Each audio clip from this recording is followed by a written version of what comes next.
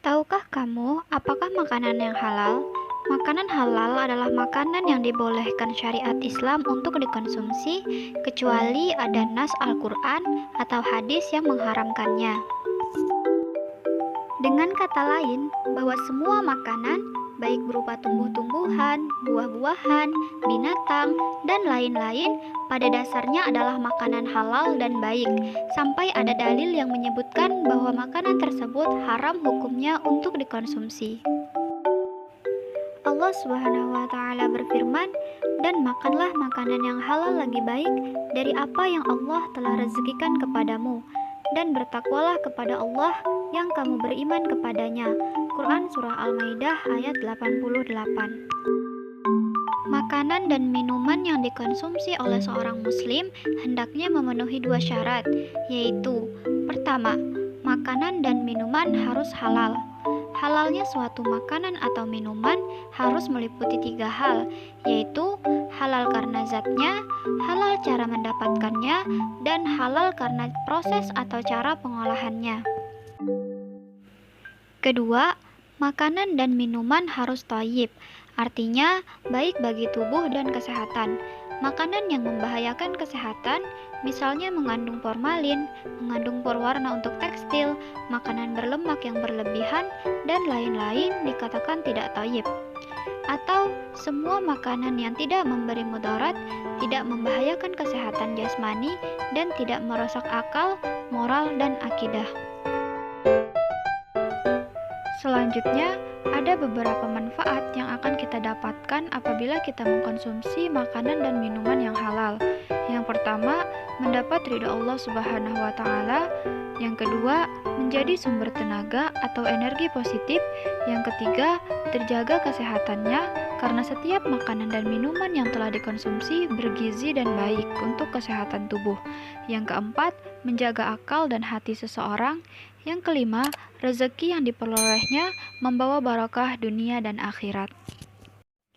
Di penjelasan sebelumnya, kita telah membahas tentang makanan dan minuman yang halal. Sekarang kita akan masuk ke pembahasan tentang makanan dan minuman yang haram. Tahukah kamu apakah makanan dan minuman haram itu? Makanan dan minuman yang haram adalah makanan dan minuman yang diharamkan untuk dikonsumsi karena ada nas dalam Al-Quran dan Al-Hadis. Bila tidak terdapat petunjuk yang melarang, berarti halal. Setiap makanan dan minuman yang diharamkan atau dilarang oleh syara pasti ada memiliki dampak buruk. Sebaliknya, meninggalkan makanan dan minuman yang dilarang syara pasti ada faidahnya dan mendapat pahala. Jenis makanan dan minuman yang haram. Yang pertama, haram li zatihi, artinya makanan yang haram karena zatnya. Maksudnya, hukum asal dari makanan itu sendiri memang sudah haram. Haram bentuk ini ada beberapa, diantaranya daging babi, seluruh makanan, minuman, obat-obatan, dan komestika yang mengandung unsur babi dalam bentuk apapun haram untuk dikonsumsi, termasuk lemak babi yang dipergunakan dalam industri makanan yang dikenal dengan istilah shortening, serta semua zat yang berasal dari babi yang biasanya dijadikan bahan campuran makanan. Yang kedua, darah. Darah yang mengalir dari binatang atau manusia haram dikonsumsi, baik secara langsung maupun dicampurkan pada bahan makanan karena dinilai najis, kotor, menjijikan, dan dapat mengganggu kesehatan.